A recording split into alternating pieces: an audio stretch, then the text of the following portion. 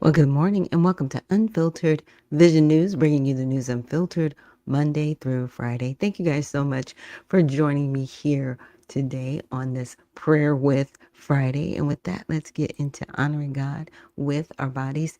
God, please guard our mind and our thoughts. God, help me to fix my thoughts on what is true and honorable and right and pure and lovely and admirable, so I will think about things that are excellent and worthy of praise. God, please protect our ears and help us listen to your voice. God, help me to be quick to listen, slow to speak, and slow to become angry. God, please protect our eyes from sin's damage. God, I make a covenant with my eyes not to look lustfully. God, please speak life over my mouth. God, set a guard over my mouth. Lord, keep watch over the doors of my lips. God, please help our hands to serve generously. God, help me to do good to everyone, and especially to those who belong to our family in the faith. God, please protect our reproductive organs. God, help us to honor you with purity. God, help me to honor you with your body. To honor you with my body. Sorry. And God, please protect our feet as we walk along your path. God, let your word be a lamp for my feet and a light on my path. And amen. And that is something that we definitely try to say here every morning on Unfiltered Vision News, to get our hearts and our minds set right for the day before we get into a lot of this news going on. So let's start with our trending topics on X. We've got LA facing backlash over proposed tax-funded sexual relief clinics for homeless. Now, I heard a brief clip of this earlier during my research, and I was like, wow, they are making it so where homelessness is acceptable. Homelessness isn't acceptable. It's not, and it should not be, how should I say, enabled the way it has been. Now, I know a lot of people say, when people are on the streets so long, it's very hard to rehabilitate them. It might be. I was came across another video. I don't have it right now, where the mayor of Santa Ana, California, has decided, okay, you've got choices. You can either go into rehabilitation, right, rehabilitation center. You can go into a medical facility, maybe if you've got a drug problem, to get you off of the drug medications. Then we can get you into rehabilitation and get you back functioning and working. And if you don't want to do either anything else, you're going to jail. And that's it. But you're not going to be loitering and laying on the streets anymore. And that's how it should be everywhere.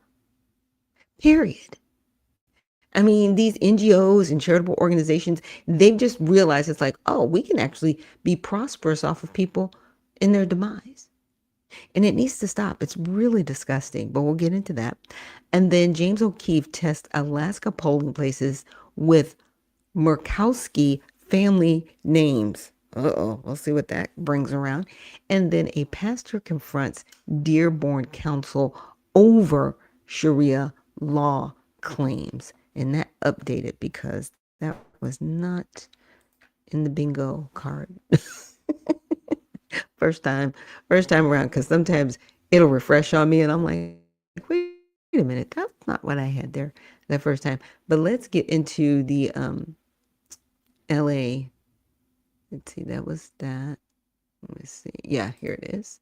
So, the pilot program idea presented as a public comment aims to provide hygienic sexual relief with professional oversight to give homeless people similar privacy as others, but it has not been approved. Critics called it outlandish and a misuse of funds, especially as residents like Roxanne Hodge get $70 parking tickets near uncleared encampments.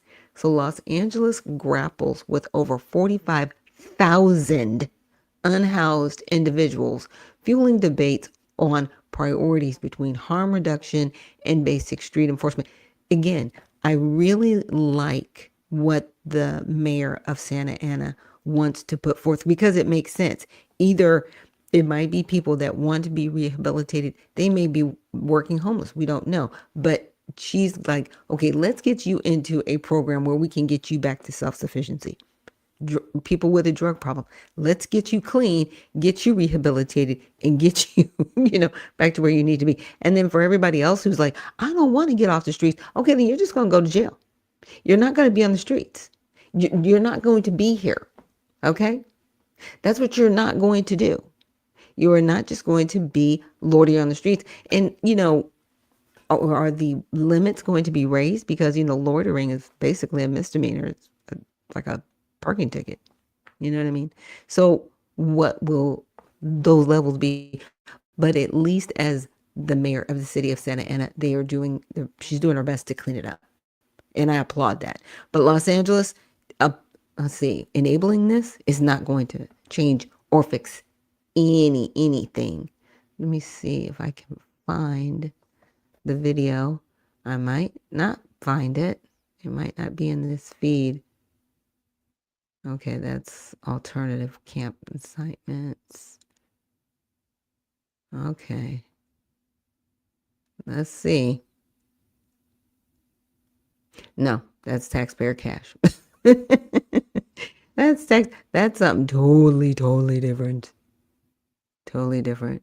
But yeah, but there's the encampment that this person was talking about. That's crazy. You'll get a parking ticket for parking in the wrong place around the encampment, yet be terrorized by homeless people. That's insane. That's completely insane. And it just shouldn't be, right? We should not, as a society, be allowing this. It makes no sense. Let me see. This is the taxpayer fund. Could be going to free sex bungalows for a homeless harem. I'd like to propose that Los Angeles consider a pilot program for free hygienic sexual relief clinics, primarily serving the homeless and unhoused. This means equality. It means private sexual relief through masturbation or, where appropriate and consensual, with a partner, all funded by public tax dollars and managed with professional oversight. It's about allowing the homeless to have the same comforts and privacy that we have today. Free breast implants, teeth, and love shacks. And Karen Bass is building an entire mini city to go with it. It's a village of tiny homes for the homeless. 84 huts are already up, open for business, hundreds more under construction. Move in, you get AC, 3 meals a day, and security. It's like my dorm room freshman year. But every time a junkie gets free goodies or a John hires a hooker, a taxpayer moves out. They go to Florida, they go to Texas, or they go to the burbs. Adios, America. Now, here's my thing with these bungalows. It looks like, okay, this would be great, but is it going to look like the encampments in 2 years? Unless there's actual real regulation and it's not going to turn into a weird kind of brothel situation, right? See, these small huts, as Jesse referred to them, should be transitional. It should not be for a family. No, it should only be for people that are single, not couples. So the person, if they're clean, they at least have an address and they can work their way to get to an apartment. But these are what those programs are supposed to do. The program should have done this. We should not have 45,000 homeless people anywhere. But there is in Los Angeles. That's just one city. California is a whole state. There's homelessness running rampant throughout the state. Like, this is it's insane. And then James O'Keefe, at 2 locations, O'Keefe was handed a question ballot after using names of Murkowski's brother Brian and her state director Karen Waller. Workers confirmed voting without ID was possible. With later review, Alaska law requires ID like a driver's license or utility bill, but allows waivers if workers recognize voters, leading to post-election checks. Murkowski, who opposes the federal SAVE Act's strict citizenship and photo ID rules due to hardships for rural Alaskans, saw her office affirm that impersonation is a crime, while defending state-managed processes amid renewed calls for tighter security. look, we need the SAVE Act, period, the end. People need to prove that they are citizens of the country and they can vote. You don't want it because people have been voting for decades. Like the people crying about TPS and they're leaving, I guarantee you they were voting. I guarantee you they were voting. They've had housing. They've got driver's license. They've been living here. They've been voting in elections. Maybe they didn't vote in federal elections, but I guarantee you they voted in local. And it's not allowed. If you are not a citizen, born or naturalized in this country, you cannot vote. That's it. Like, that's it. It's really not super rocket science. That is it. But I guess here's the video. And Brian Markowski? If you want, we can look you up first, or? Yeah, I just want to see this right No, I left the ID at home. So, okay. Can I give you a name? Yeah, we'll trade. Okay, sorry about that. The last name is Murkowski. And what is your first name? The name is Brian. Do you know how to spell Brian? Brian. Is the name on the list? You are. Okay, perfect. So this is the right place. Yes, state ID. Oh, okay. Military ID. I think I left that at home. Oh, Can maybe I should be like TSA. A real ID, please. Would it be possible to vote without it? Absolutely possible. Oh, good. You have a mugshot. Oh, I think I left that at home.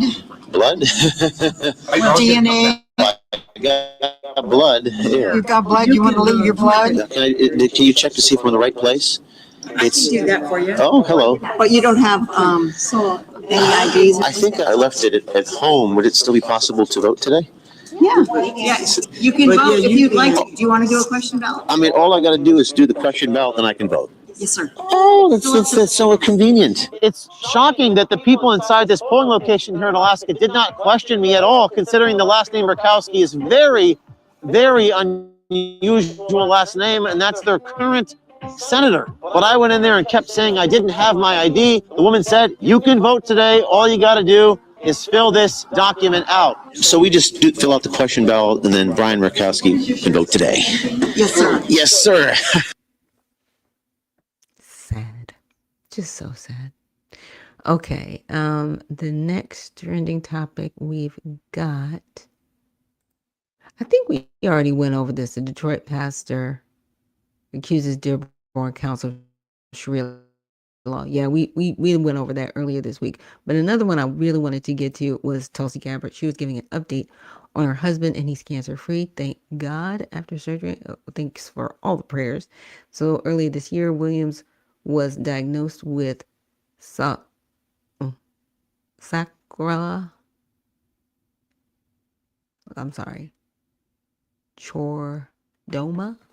near his tailbone. Leading Gabbard to resign as Director of National Security on June 30th to support him. Doctors confirmed they removed all cancerous tissue, and nearly 3 months later, he's cancer-free, but in rigorous physical therapy with ongoing MRIs ahead. So Gabbard thanked God and the medical team and supporters in her emotional video, which ended in a heartfelt hug. Figures like Senator Ted Cruz and Franklin Graham offered prayers. I'm so glad because they seem to be like really good friends as far as a couple goes. They seem to be very much in love. Earlier this year, my husband Abraham was diagnosed with cancer. I picked up the phone and Abraham's voice was different. He said that he got a call from his doctor, and the doctor told him that he has sacral chordoma, very, very rare, 1 in a million type of cancer. We talked with our doctors and said, okay, what are our options? One is a very invasive surgery to remove the bottom part of Abraham's sacrum and his tailbone, and the other option was radiation. So we scheduled the surgery as quickly as we could. Put your space boots on. Yep. Your bouffant. My what? Bouffant. They started preparing him for this surgery.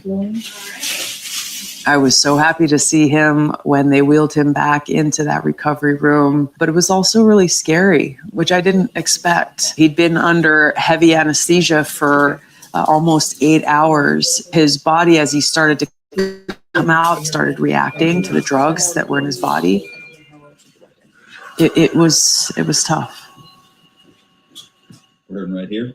So that night, more than a few times, Abraham said, I want to get up. He had some help from some great nurses to just start very, very slowly walking around. He would take a few steps. He would throw up as he was trying to walk around, but he kept going. He refused to take any narcotic pain medication, and so he really had to push through the post-operative pain. A few weeks after the surgery was done, the pathologist and the doctor said that they are confident that they were able to cut out all of the cancerous bone and tissue. So here we are now, almost 3 months after. He started a very rigorous physical therapy program. He gets frustrated a lot because he wants to be able to make progress faster, and sometimes he's pushed a little bit too far, but overall Abraham is progressing very well. The reality is that the battle isn't over yet. He'll have to continue to get frequent MRIs to keep an eye on whether or not this cancer is coming back either in the same place or in other parts of his body. We are so grateful to God for his unconditional love, for being our shelter, for being our peace and our strength. We want to say thank you to the doctors, the surgeon, the pathologist, the anesthesiologist. We want to say thank you to all of you sharing the most beautiful prayers and well wishes with us. Mahalo nui loa to you all.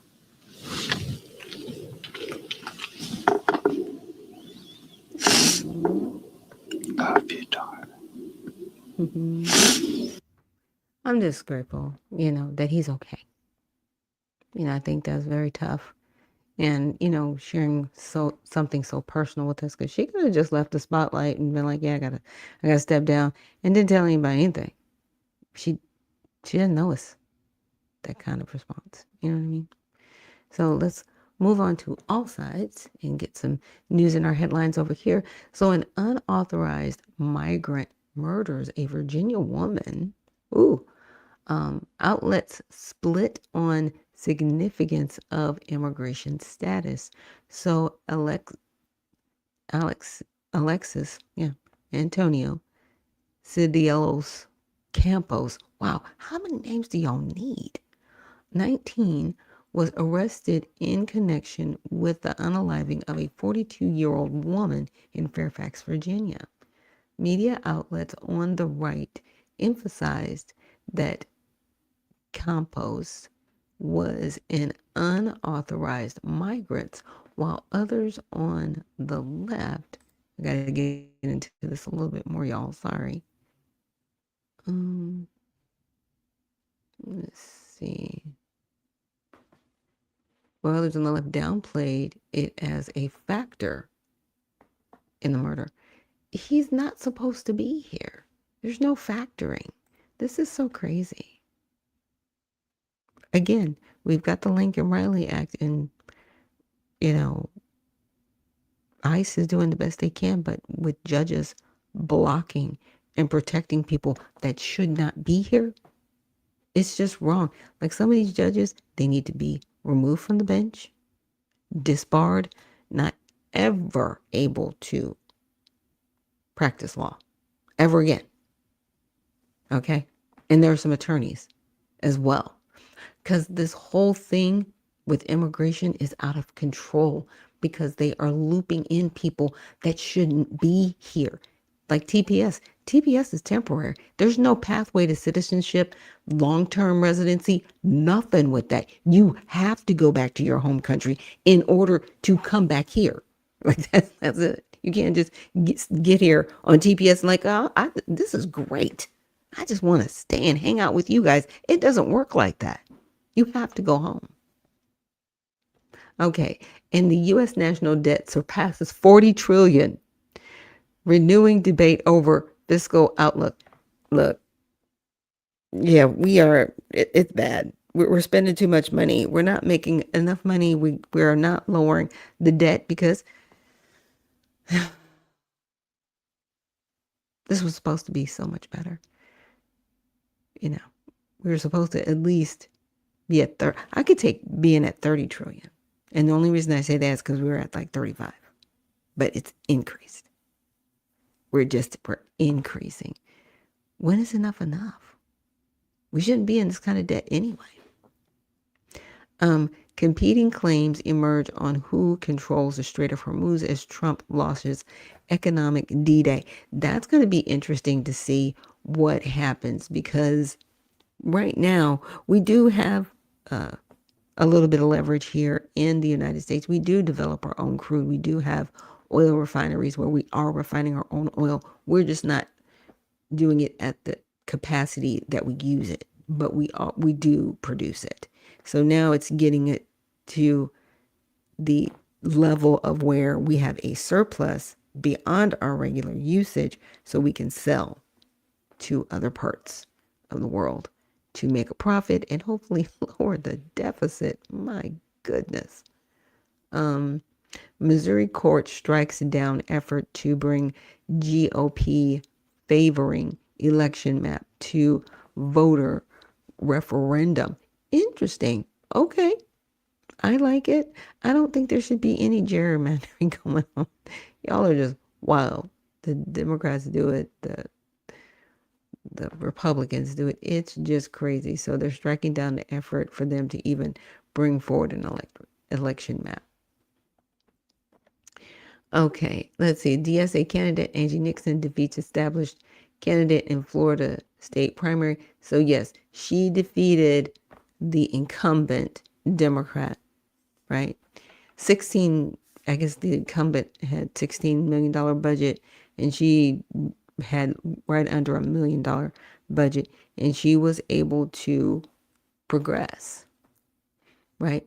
But it's really to see her platform and how that's going to turn into a general election win. Because yes, it's within your party, but outside of that, are you going to get enough Republicans, independents, and moderates to vote for you? That's the bigger question. Trump admin proposes ending restrictions on the $44 million forest acres. Okay, interesting. We're going to end restrictions. Yeah, because it's preserved land. It's preserved land. And then personalized mRNA vaccine reduces risk of melanoma recurrence in clinical trials. That's interesting. I don't want you messing with my DNA with modified RNA. They keep making it sound good. No, there are some people that are susceptible to melanoma, because their skin is very sensitive to the sun. So that's where that happens. Just saying. Now I wanted to get us caught up on some, I guess they're not current lawsuits, but the first video I'm going to show you guys is from a couple of months ago, and I just wanted to make you aware and then just give you a status update on another lawsuit going on. Today in the landmark Meta trial, the former Facebook engineering director testified yesterday that the rate of teens exposed to violent or graphic content on Instagram was hundreds of times higher than what Meta reported. Meta is denying allegations of deliberately designing its platforms to hook young users. And now California's Attorney General is calling this, quote, the tobacco moment for Meta. ABC's Kana Whitworth has more on the trial. Hi, Kana. Yeah, good morning. Lawyers representing several states in this landmark case hurling vicious accusations about how they claim the social media giant harvested and used data collected from children. During opening statements, the Deputy Attorney General for the California Department of Justice said they plan to show jurors a study conducted by Meta titled "The Young Ones Are the Best Ones," accusing the company of exploiting the vulnerabilities of its youngest users in order to encourage compulsive use under a teen time spent company-wide initiative for Instagram, an operation that lawyers described as hook, hold, harvest, and hide. And they called the former Facebook employee to the stand, who testified that teens are being exposed to violent or graphic content that was 100 to 400 times higher than what Meta was reporting publicly. Meta, in a statement, reiterates its record in protecting teens before it became a legal issue and calls the AG's claims limited, adding the states have no proof they were misled. CEO and founder of Meta, Mark Zuckerberg, does plan to testify about how they say teen users have used the apps to help them report bullying. Yeah. It's addictive. They know it. It was all by design. Stop it. You got caught. Now, the other one that I wanted to share with you guys really quick, this is Alexa. So if anybody, let me add it to the stage. There we go. If anyone has or has had an Alexa, so as of the 26th, I found a video on X about, they were basically trying to compare it to wiretapping. So the plaintiffs allege that Alexa devices recorded private conversations without prior proper consent, right? Including false wakes, accidental activations when no one said the wake word, retained the recordings indefinitely, had humans reviewed some of them and or used the data commercially. Some claims are framed under wiretap laws, others under consumer protection laws. So right now, trying to get to the latest one. As of the 14th, Amazon reinstated binding arbitration clauses and class action waivers in its U.S. consumer terms of service. This was partly a response to the earlier wave of tens of thousands of individual arbitration demands over Alexa recordings that overwhelmed the company years ago. Pre-existing lawsuits such as Garner are not affected by the new terms. So the video is okay. So I said, what were people aware the conversations were being recorded? Was this in the terms and conditions that the conversations would be recorded or stored later? Yes. So understand, it's in the terms and conditions. And then the other question I asked, I said, so the best thing that a consumer should do is not buy the device if they really do not understand the terms and conditions. If you are not going to read through all the fine print and you're like, oh, I'm exhausted, I just want this machine, then you're just leaving yourself open. Just know they can, do whatever they want to do. Because the rule of thumb is, yes, you probably shouldn't buy it, right? That's a solid practical rule of thumb. If you do not understand or don't agree with the terms around recording, storage, and use of your voice data, the cleanest protection is simply not to bring the device into your home.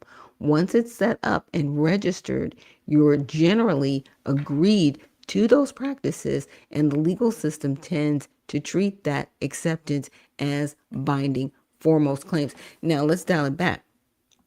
The bigger question becomes, why are we allowing this in the first place? Right? Why are we allowing machines to record you? That should just be against the law, period. It's like, if you cannot make a device that is not going to record people, then we're not going to put it on the market. It's just going to be banned from the market. That's how that works. Okay? You just make laws that make it criminal to have these devices. But then what would happen to our phones? They're tracking us. They're listening to us all the time. And it's in the terms and conditions. Yeah. So it's one of those things, where does it start? Where does it end? Where does it really end? And I wanted to also do a little bit of a, as I like to call it, honorable mention. I know that there's been a lot of talk about reading, comprehension, and phonics that we've been going over in my show, and just talking about children in general. And so I asked the question, are there reading lab tools available in comprehension apps? And yes, there are reading lab and digital tools helping children build reading comprehension and match grade level standards. So parents, if you're out there listening, if you have family, if you have friends, if you have kids, there are certain apps that will help that child if they are not at their reading grade level and they need to get to that grade level. There are apps to help with the reading and help with the comprehension. When I was growing up, we didn't have apps, but we did have a reading lab that I could go to, and I had to get my comprehension level up. So one is called Readability. It uses an AI reading tutor that listens to children read aloud in real time, corrects punctuation, and asks interactive voice-based questions to check and improve comprehension. That's one. I'm not sure you would have to check, again, the back end, the terms and conditions, because it is recording your child's voice. ReadLab is designed specifically for reading comprehension. It provides short text matching to a child's specific level and ask questions that teach children how to look for answers inside the text instead of guessing, right? Another one's called Epic. Another one's called Reading Eggs. Now, this is for the comprehension and grade reading level. This other one is for phonics.